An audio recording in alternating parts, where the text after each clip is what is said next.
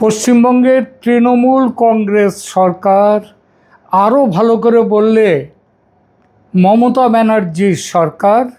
কেন মমতা ব্যানার্জির দলের নামটা না বলে মমতা ব্যানার্জির সরকার মানে তৃণমূল কংগ্রেস সরকার না বলে মমতা ব্যানার্জির সরকার বলাটা কেন বেশি যুক্তিযুক্ত? তার কারণ এই দল একটি স্বৈরতান্ত্রিক দল, যে দলের প্রধান তিনি হচ্ছেন একমাত্র দলের মানুষ, আর সবাই হচ্ছে আজ্ঞাবহ ভৃত্য। একটা পুরনো কথা এই প্রসঙ্গে আছে এই দল সম্পর্কে, যে তৃণমূল কংগ্রেসে একটাই পোস্ট, বাকি সব ল্যাম্প পোস্ট।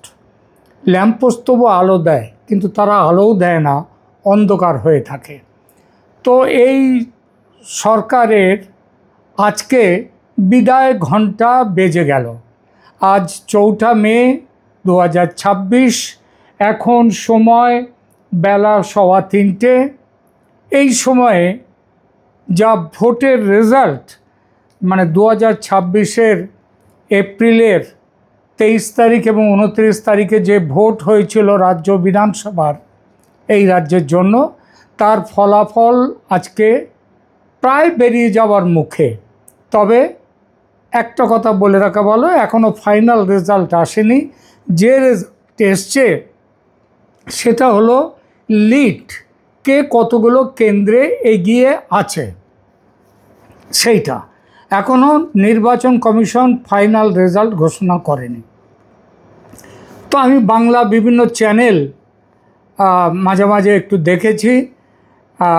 সেই চ্যানেলে দেখা যাচ্ছে একটা পত্রিকা এবিপি আনন্দ, তাদের হিসাবে এই সময়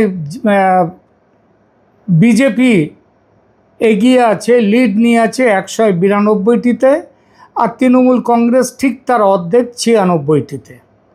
এই একই সংখ্যা নিউজ 18 বাংলা তারাও দিচ্ছে। TV9 পত্রিকা তারা একটু বেশি হিসাব দিয়েছে, তারা বিজেপির পক্ষে 199 এবং টিএমসি 86, তৃণমূল কংগ্রেস মমতার দল। জি বাংলা, এটাও নিউজ চ্যানেল, তারা দিচ্ছে 193 বিজেপি এগিয়ে আছে এবং 94টিতে এগিয়ে আছে তৃণমূল কংগ্রেস। আর রিপাবলিক বাংলা আর বাংলা, তারা বলছে 194টিতে বিজেপি এগিয়ে, 94টিতে তৃণমূল এগিয়ে। তো আর বাকি দলগুলো, কংগ্রেস একসময় দোর্দণ্ড প্রতাপ, সিপিএম, তারা এখন অতীতের ছায়া হয়ে গেছে। মানে তাদের শরীর থেকে এখন শুধু কঙ্কালটা আছে। কঙ্কালও যে সব অঙ্গগুলো আছে তা নয়, তাদের অবস্থা এতটাই খারাপ, একটা দুটো পেয়েছে। তো এই যে ব্যাপারটা নিয়ে এখন সম্ভাব্য পরিষ্কার বোঝা যাচ্ছে বিজেপি প্রায় 2/3 মেজরিটি, 294টি আসনে 293টিতে গণনা হচ্ছে আজ। ফলতার একটি আসনে 21শে মে ভোট হবে। তো তারপরে সেখানটার ভোটেও নিশ্চিত লিখে নিতে পারেন যে মানুষ ভয় কাটিয়ে বিপুলভাবে বিজেপিকে জয়যুক্ত করবে। সুতরাং আজকে যে আসন পাক, তার সাথে আরও একটা আসন, ফলতার আসন যুক্ত হবে, এটা মোটামুটি নিশ্চিত। তো এই অবস্থায় আজকে দেখা যাচ্ছে 294টি আসনের 2/3 মেজরিটি হতে গেলে দরকার 196টি আসন। তো সেই আসনটা বিজেপি পেয়ে যেতেও পারে, কারণ ফাইনাল রেজাল্ট এখনও আউট হয়নি। তো এই পরিস্থিতিতে এখন আমাদের চিন্তা এবং আলোচনা যেটা হচ্ছে, যেটা এখন সামনে আসছে, যে আগামী দিনে বিজেপি কি করতে যাবে। বিশেষত মমতা ব্যানার্জি এই রাজ্যটাকে যে জায়গায় পৌঁছে দিয়েছেন, সেই জায়গা থেকে রাজ্যকে তুলতে গেলে বিজেপিকে কি করতে হবে। দেখুন, শিল্পায়ন, অন্যান্য ব্যাপার এসবগুলো তো আছে, কিন্তু মমতা ব্যানার্জি সরকারের যে দুর্নীতি করেছে, যেটাকে পাহাড় প্রমাণ দুর্নীতি বললেও কম বলা হয়, সেই পাহাড় প্রমাণ দুর্নীতির বিরুদ্ধে এইবার এই বিজেপি সরকার সেটা কি করবে, এই ব্যাপারটা নিয়ে একটু আমাদের এখন আলোচনা। এই ব্যাপারটাতে দেখুন, বাংলা একসময় শিল্পে প্রথম ছিল, শিক্ষা সংস্কৃতিতে সব কিছুতে বাংলা ছিল ভারতের মধ্যে প্রধান। সেই ভারতের মধ্যে বাংলা এখন সব শেষের নিচের দিকে এসে গেছে, এমনকি উড়িষ্যাও বাংলা থেকে অনেক এগিয়ে গেছে সব দিকে। তো এইখানটাতে যাদের অপরাধে বাংলা আজকে এই জায়গায় দাঁড়িয়েছে, তাদের তো বিচার একটা করবেই। কারণ মানুষের দাবি কিন্তু সেটাও, মানুষ চায় এই বাংলা শিল্পে এগিয়ে যাক, বাংলার উন্নতি হোক, এটা যেমন চায়, তেমনি মানুষ এটাও চায় যে যারা চুরি করেছে, ডাকাতি করেছে, মানুষ খুন করেছে, তারা যদি রাজনীতি না করে, রাজনীতির বাইরে যারা এগুলো করে, তাদের জন্য আদালত আছে। তো এরা মন্ত্রী ছিল, শান্তি ছিল, এদের জন্য কেন আদালত হবে না? এদের জন্য যথোপযুক্ত বিচার হওয়া চাই। তো এই ব্যাপারটার জন্যেই অনেকেই আবার বলেন না না, এইভাবে কিছু করাটা ঠিক নয়। কেন ঠিক নয়? কারণ হচ্ছে অনেকে বলছেন উইচ হান্টিং করে তাহলে এটা করা নয়। কিন্তু উইচ যেখানে হান্টিং করতে হয় না, ডাইনি খোঁজার দরকার নেই, ডাইনি যেখানে চোখের সামনে রয়েছে, তখন তো সেই ডাইনিকে তাকে তো আর উইচ হান্টিং বলা যাবে না, সে তো সামনেই রয়েছে, এবং তার যে বিচার, সেই বিচারটা করতেই হবে। আজ যখন সত্যি ক্ষমতার পালাবদল ঘটে যাচ্ছে বলে মোটামুটি নিশ্চিত, এই পালাবদল ঘটলে তো শুধু নবান্নের চাবি বদলাবে না, ফাইলের ধুলো উড়বে, আলমারির তালা কাঁপবে, আর এতদিন যেসব নাম কাগজে, কোর্টে, সমনে, তল্লাশিতে ভাসছিল, তারা হঠাৎ করেই হয়ে উঠবে বাংলার রাজনৈতিক অভিধানের কেন্দ্রীয় শব্দ। শাস্তি চাই এই অপরাধের। কারণ এই কাহিনী কোনো একক দুর্নীতির গল্প নয়, এটা এমন এক শাসন ব্যবস্থার গল্প যেখানে একটার নাম শিক্ষক নিয়োগ, একটার নাম পুর নিয়োগ, একটার নাম কয়লা দুর্নীতি, একটার নাম রেশন দুর্নীতি, একটার নাম গরু পাচার, একটার নাম রাজনৈতিক ছত্রছায়ায় সমস্ত রকমের ভয়ঙ্কর দুর্নীতি করে দেয়া। আর এর বাইরে আছে আরজিকর, এর বাইরে আছে সন্দেশখালি, মেয়েদের ওপরে, নারী জাতির ওপরে অত্যাচার, এগুলো তো দেখতে হবে।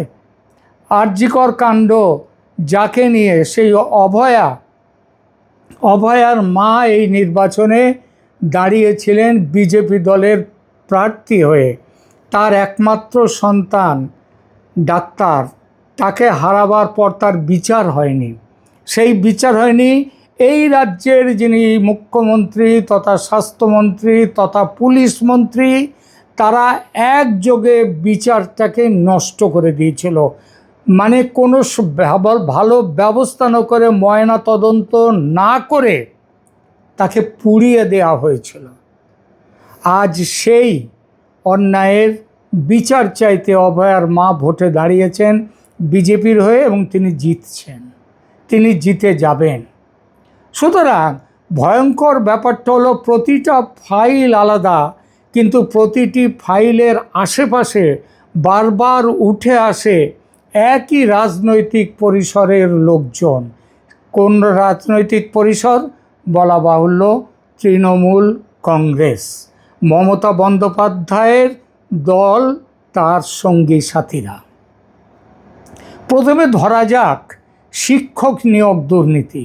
এই কেসে পার্থ চট্টোপাধ্যায়কে ইডি গ্রেপ্তার করেছিল, পরে তিনি জামিন পান, কিন্তু 2026 সালে কয়েকদিন আগেও তার ঠিকানায় আবার তল্লাশি হয়েছে এবং তার বিরুদ্ধে তদন্ত চলমান।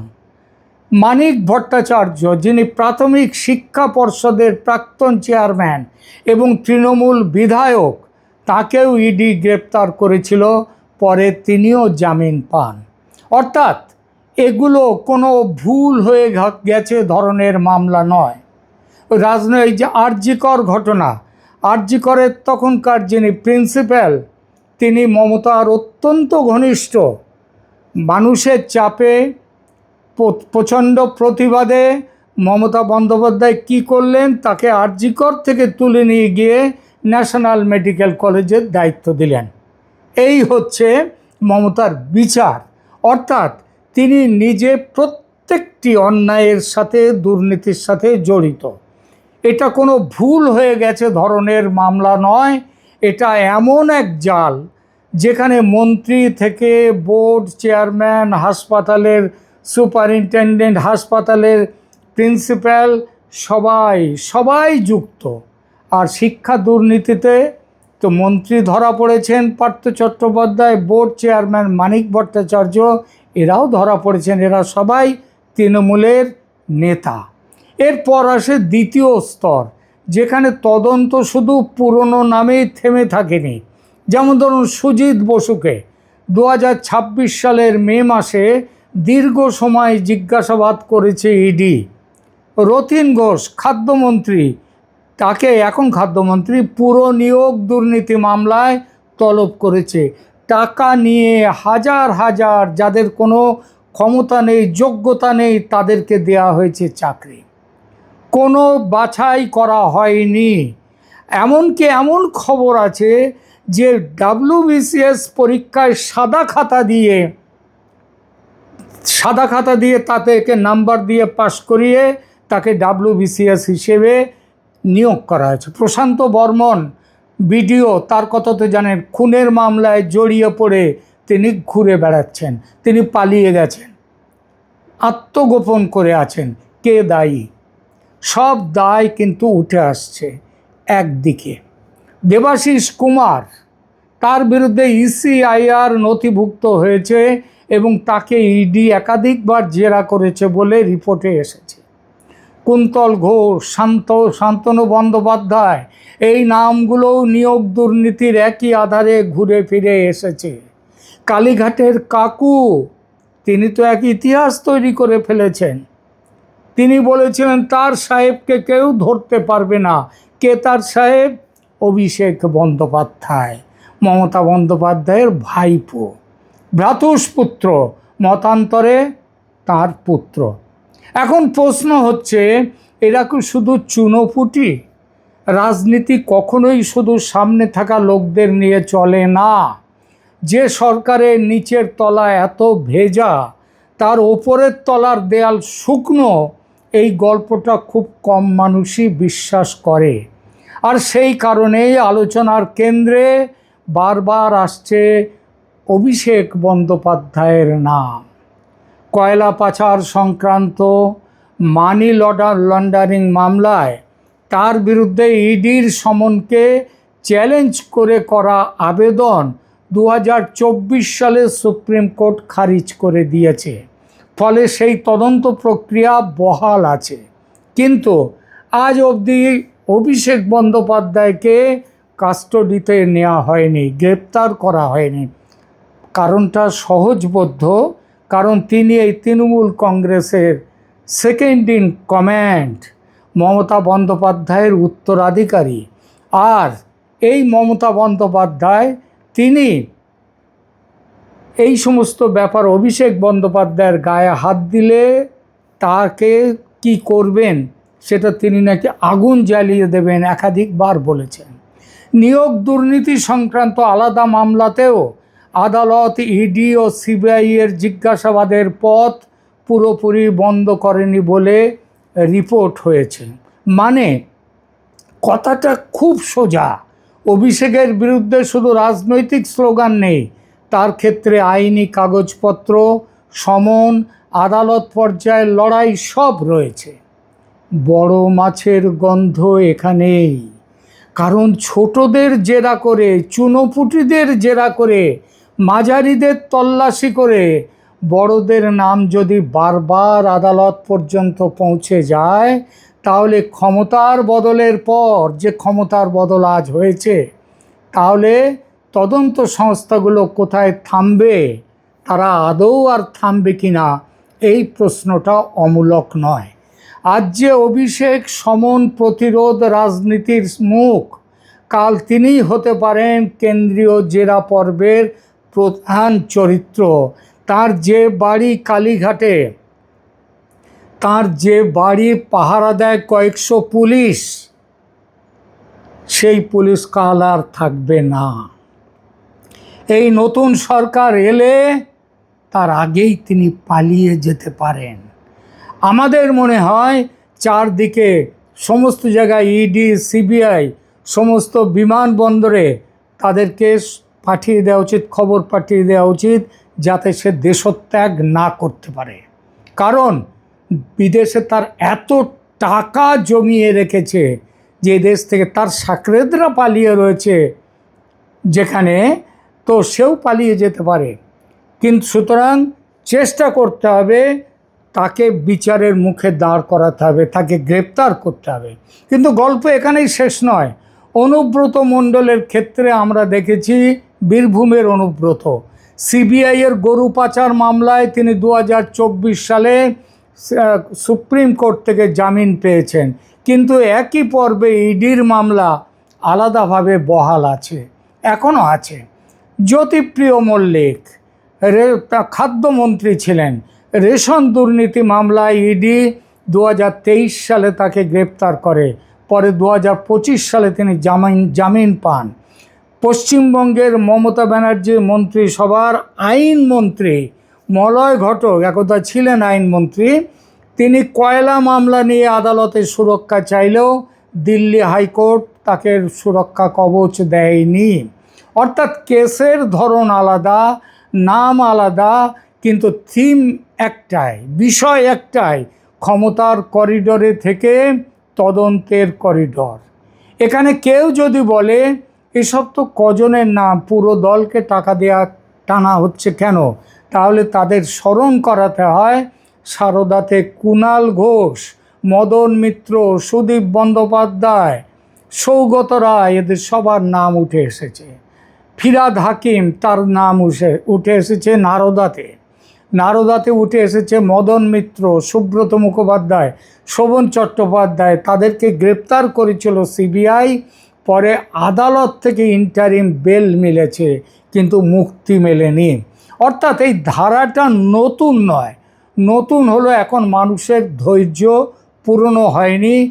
মানুষ চাইছে, আজ যখন বিপুল সংখ্যাগরিষ্ঠতা দিয়ে বিজেপিকে ক্ষমতায় নিয়ে এলো, টেনে ছুঁড়ে ফেলে দিল মমতা বন্দ্যোপাধ্যায়ের সরকারকে রাস্তায়, তখন মানুষ বলছে বিচার চাই, আমরা শিল্প চাই, উন্নয়ন চাই, বাংলার উন্নয়ন হোক, মানুষের চাকরি হোক, সব চাই। কিন্তু সেই সাথে সাথে এটাও চাই, এই চোর, এই ডাকাত, এই বদমাশ, এই খুনি, এদেরও বিচার করতে হবে, ছাড় দেয়া চলবে না। উইচ হান্টিং হতে পারে বলে এদেরকে ছাড়া নয়, কারণ এরা সত্যি সত্যি উইচ ডাইনি। এনআইএর ট্রাক একেবারে উধাও নয়, এনআইএও আছে। নন্দীগ্রামে 2024-এর বিস্ফোরণ মামলায় 2026 সালে 43 জন তৃণমূল নেতাকর্মীকে এনআইএ সমন করেছে।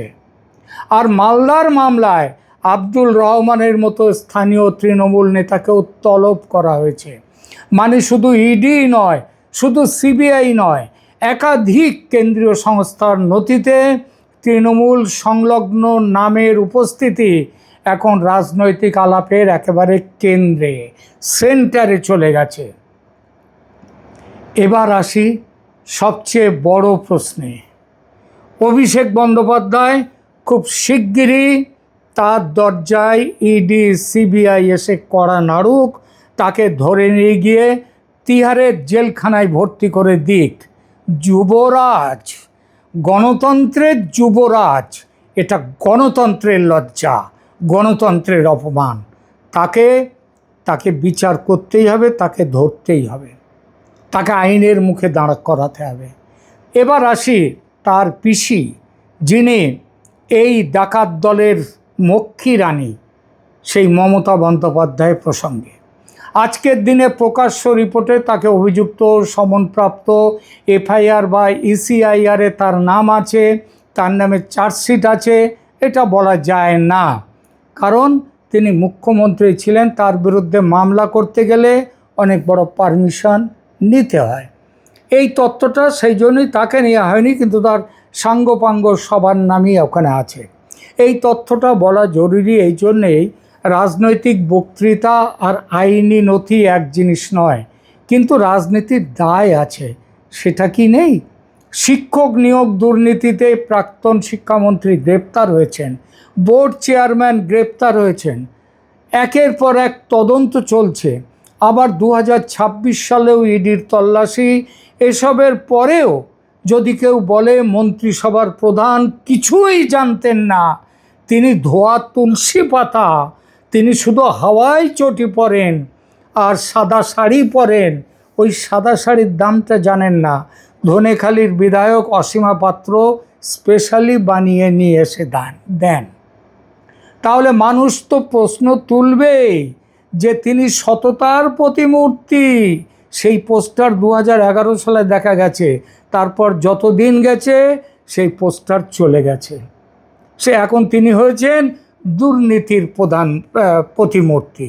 বিরোধীরা প্রকাশ্যেই মুখ্যমন্ত্রীকে জিজ্ঞাসাবাদের দাবি তুলেছে, এতদিন সে দাবি কেউ দেখেনি। এইবার এই মন্ত্রিসভা থেকে, তার মন্ত্রীর ক্ষমতার থেকে বিদায়ের পর অবশ্যই দেখা হবে, দেখা উচিত, এবং বাংলার মানুষ সেই দাবি করছে। এইবার এই জায়গাতেই বিরোধী জনমত আমাদের মনে পড়ে হরিয়ানার একদা মুখ্যমন্ত্রী ওম প্রকাশ চৌটালার কথা। ওম প্রকাশ চৌটালা তিনি জেল খেটেছিলেন শিক্ষা দুর্নীতি, নিয়োগ দুর্নীতি নিয়ে। কেন মমতা বন্দ্যোপাধ্যায় জেলে যাবেন না? কেন তিনি তিহারে যাবেন না? কেন গিয়ে ভাইপোর সাথে তিহারেই তার বাস হবে না? যদি দুর্নীতির গাছের ডাল, পাতা, শেকড় সব একই সরকারের ছায়ায় বেড়ে ওঠে, তাহলে একদিন না একদিন প্রশ্ন উঠবেই, আরে বাবা, এই গাছের মালিকে ছিল, এই বাগানের মালিকে? মালিক মমতা বন্দ্যোপাধ্যায়। তদন্তের তীর তার দিকে যেতে বাধ্য, এবং দেরি না করে তার পাপের শাস্তি তাকে দেয়া উচিত, কারণ পাপ বাপকেও ছাড়ে না। এই সরকার এতদিন একটা কৌশল নিয়েছিল, তারা কেসকে বলতো ষড়যন্ত্র, অভিযুক্তকে বলতো শহীদ, তদন্তকে বলতো কেন্দ্রের প্রতিহিংসা। কিন্তু সমস্যা হলো, যখন সমন বাড়তে থাকে, জেরা বাড়তে থাকে, গ্রেপ্তার বাড়তে থাকে, জামিনের খবর, তদন্তের খবরকে মুছতে পারে না। বেল কিন্তু তদন্ত থেকে মুক্তি নয়, তাকে তদন্তের সময় তাকে একটু বিশ্রাম দেয়া। বিশ্রাম ওই অর্থে নয়, বেল তাকে জামিন পাওয়া, সেটা তদন্ত থেকে মুক্ত নয়। আমি কে ধরা পড়লো, কার বাড়িতে তল্লাশি হলো, কে আদালতে গেল, কে জামিন চাইলো, কে বলল আমি নির্দোষ, আর আদালত বলল তদন্ত চলুক তদন্ত। বাংলার মানুষ একটা জিনিস খুব ভালো বোঝে, ক্ষমতা যখন দীর্ঘস্থায়ী হয় তখন তার চারপাশে অনিবার্যভাবে জন্ম নেয় দুটো শ্রেণী, একদল সুবিধাভোগী আর একদল নীরব সাক্ষী। তৃণমূল আমলের এইসব কেস শুনলে মনে হয় তৃতীয় একটা শ্রেণীও ছিল, ফাইলের আড়ালে থাকা মধ্যস্বত্বভোগী ক্ষমতাবাজ, যারা ভারত আর সরকার মানেই সুরক্ষা কবচ মনে করে। কিন্তু কাল যদি আজ যখন ফল উল্টে গেছে, এদেরকে বিচারের জায়গায় আনতে হবে। বাংলার মানুষ ক্ষমতার পরিবর্তনের সাথে সাথে এটাও চায় যে এরা যারা চুরি করেছে, ডাকাতি করেছে, মমতা ব্যানার্জি সম্পর্কে তার দলের নেতারা এক সময় বলেছিলেন উনি ডাকাত রানী। এই কুণাল ঘোষ তিনি বলেছিলেন সব কিছুর পেছনেই মমতা। পশ্চিম বাংলায় একটা বড় কথা আছে, একটা ছড়া করে বলে এখানকার লোক, সেটা হচ্ছে সবার পেছনেই আছে ওই সাদা হাওয়াই চটি। এর জন্যই বাংলা আজকে এই ভয়ঙ্কর জায়গায় এসে পৌঁছেছে। মানুষ যারা নতুন ক্ষমতায় আসছে, বিজেপির নেতৃত্ব, তারা যেন এই অন্যায় 15 বছর ধরে বাংলায় যে অন্যায় হয়েছে, তার যারা অন্যায় যারা করেছে, সেই খুনি দুর্বৃত্তদের যেন বিচার করে। অভিষেক তিহার জেলে যাক, তার জায়গা হোক, এবং সেখানে যেন মমতাও যেতে পারেন ওম প্রকাশ চৌটালার উদাহরণ আমাদের সামনে। ধন্যবাদ।